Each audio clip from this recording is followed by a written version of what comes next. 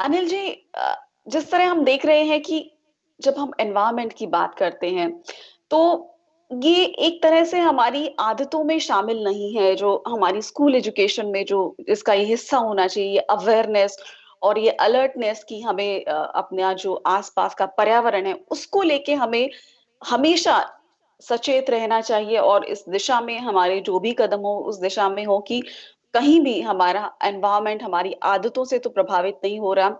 और जिस तरह से बात की जाती है कि इस महामारी की, इस पेंडेमिक की स्थिति में भी हमें जबरदस्ती लोगों को बहुत स्ट्रिक्टनेस के साथ घरों में रखना पड़ रहा है। लोगों में ये डर नहीं है कि उनको बाहर निकलेंगे तो एक अदृश्य जो दुश्मन है, जो वायरस है, वो बाहर है, हमें इसलिए घरों में सिमटे रहना है। और जिस तरह आप बात करते हैं कि सिगरेट की डिब्बी पर भी ये लिखा होता है कि इससे आपको कैंसर हो सकता है, बावजूद इसके भी लोग सिगरेट पीते हैं और उसी डिब्बी को खरीद के पीते हैं। तो जो हमें एक पर्यावरण को लेके जो हमारी मानसिकता होनी चाहिए, जो हमारी सोच होनी चाहिए, और इस महामारी से, इस पैंडेमिक से हमें बहुत सारे लेसन सीखने की जरूरत है, बहुत कुछ सीखने की जरूरत है। क्योंकि जैसे हम देखते हैं कि अब लोग घरों के अंदर हैं, इंडस्ट्रीज बंद हैं, तो जो पानी है वो साफ हो गया है। दिल्ली तक में यमुना का पानी, जो कि बिल्कुल नाले की तरह बहती थी, वो साफ है। गंगा के पानी के बारे में बात की जाने लगी है कि वो अब हरिद्वार में और पीने योग्य हो गया है। और अगर हम देखें तो पंजाब से, जालंधर से आपको धौलधार की पहाड़ियां, हिमाचल प्रदेश में जो करीब 250 किलोमीटर दूर है, वो दिखाई दे रही हैं। और चिड़ियों की चहचहाट जो है वो शहरों में भी सुनी जा रही है। तो पर्यावरण के जिस स्पेस में हम घुसे थे, वो उसने खुद को फिर से क्लेम करना शुरू कर दिया है।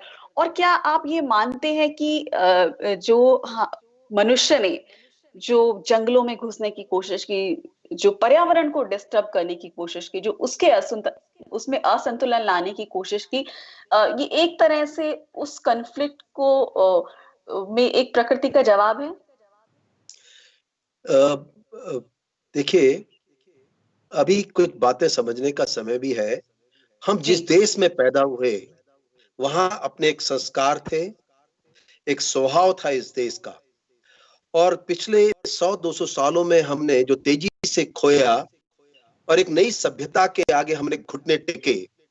और शायद आज हम वही महसूस करते हैं कि दुनिया भर में आज की तारीख में इस कोरोना महामारी के बीच में अगर कोई सबसे बड़ी चर्चा है तो नमस्ते इंडिया भी है। और हमारे भोजन पर बड़ी चर्चा दुनिया भर में है कि आखिर हमारी प्रतिरोधक क्षमता बेहतर होने के कारण क्या है।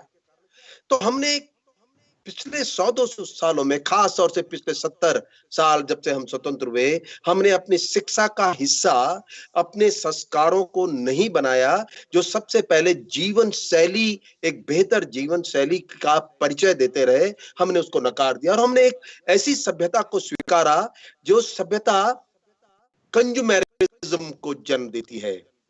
वो सभ्यता आपको कहीं लीक से भी हटाती है। और आपने जैसे अभी कहा कि देखिए, कोरोना की इस महामारी ने नदियां और हवा, इन सब को बेहतर कर दिया। दूर से अब सब कुछ दिखाई देता है।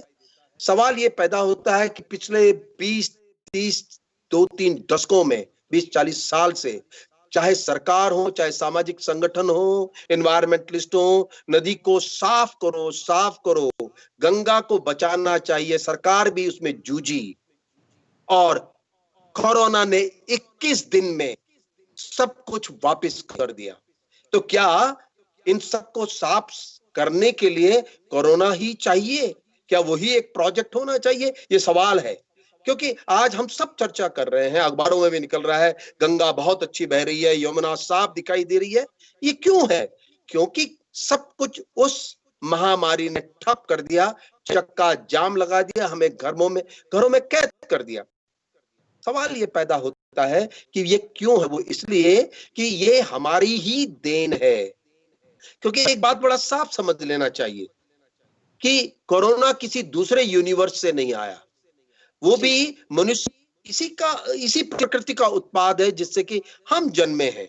और साफ सी बात है, प्रकृति के अपने तौर तरीके होते हैं दंड देने के, और यही एक तरीका ये भी था कि जहां हम लगातार हवा को खोते चले गए, नदियां सूखती मरती चली गईं, और तमाम तरह की अंतर्राष्ट्रीय गोष्ठियों के होने के बावजूद भी हम कभी ना संभले, न संभलना चाहते रहे। तो इन सब के बीच में ये एक बड़ा संदेश प्रकृति ने कोरोना के माध्यम से हमें दिया है।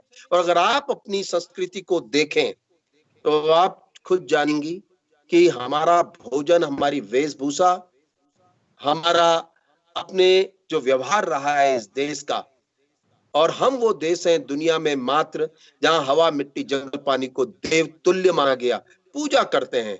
लेकिन हमने नई सभ्यता को, जिससे कि हम ज्यादा प्रभावित हुए, उसी को सब कुछ समझते हुए हमने अपनी संस्कृति को त्याग दिया। उसके परिणाम सामने है। लेकिन एक बात और भी समझ लेनी चाहिए इसी मौके में कि हम ही दुनिया में वो एक ऐसे देश होंगे इस महामारी के बीच में जहां अभी भी बची खुची संस्कृति, व्यवहार और हमारी जो भोजन शैली है वो हमें बेहतर प्रतिरोधकता देगी, और हम बेहतर तरीके से इस महामारी में जूझ पाएंगे। लेकिन संदेश हमें समझ में आ जाना चाहिए कि प्रकृति हमसे चाहती क्या है। ये बड़ा एक सवाल प्रकृति हमारे लिए छोड़ रही है, क्योंकि कोरोना की ये जो लॉकडाउन जिसके कारण हुआ है, अगर इस लॉकडाउन के बाद हमने जी। सीखा नहीं कुछ और हम वैसे ही रहे जैसे कि हम पहले थे, तो तय मानिए प्रकृति इससे बड़े दंड लाएगी, जिसमें फिर हमारे लिए कोई वापसी तय नहीं हो पाई।